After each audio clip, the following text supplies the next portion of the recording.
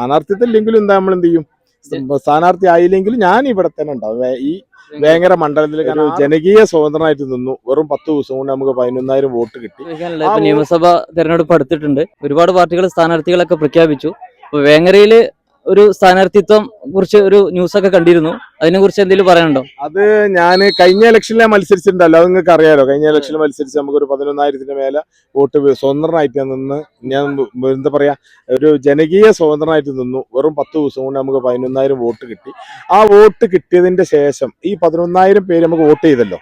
ഈ വോട്ട് ചെയ്തതിന്റെ അടിസ്ഥാനത്തിലാണ് എനിക്ക് നമ്മൾ അവരോടൊരു ബാധ്യത വന്നല്ലോ. ഈ 11,000 പേർക്ക് ബാധ്യത വന്നതിന്റെ ഒരു ഭാഗമാണ് നമ്മൾ എന്ത് ചെയ്തത്, സഭാ സ്ക്വയർ വന്നത്.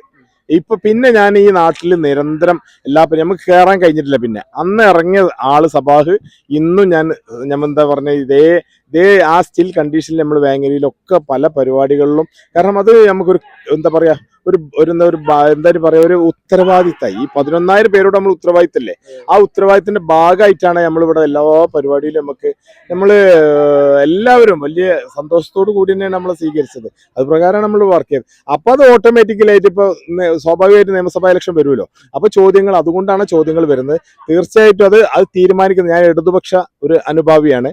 ഇടതുപക്ഷത്തിൽ CPM-നായിരിക്കും ഈ സീറ്റ് വരെ മിക്കവാറും. അങ്ങനെയാണ് പാർട്ടി ഇതൊക്കെ പാർട്ടിയുടെ തീരുമാനം. പാർട്ടി ആരെ തീരുമാനിക്കുന്നുണ്ടെങ്കിൽ അത് പാർട്ടി തീരുമാനിക്കും. ആ തീരുമാനത്തിന്റെ ഒപ്പം ഞാൻ നിൽക്കും.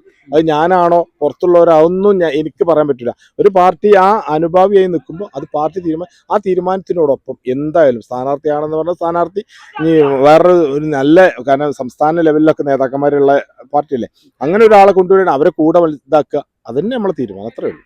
അത് ജനങ്ങളെ കൂടെ ഉണ്ടാവും.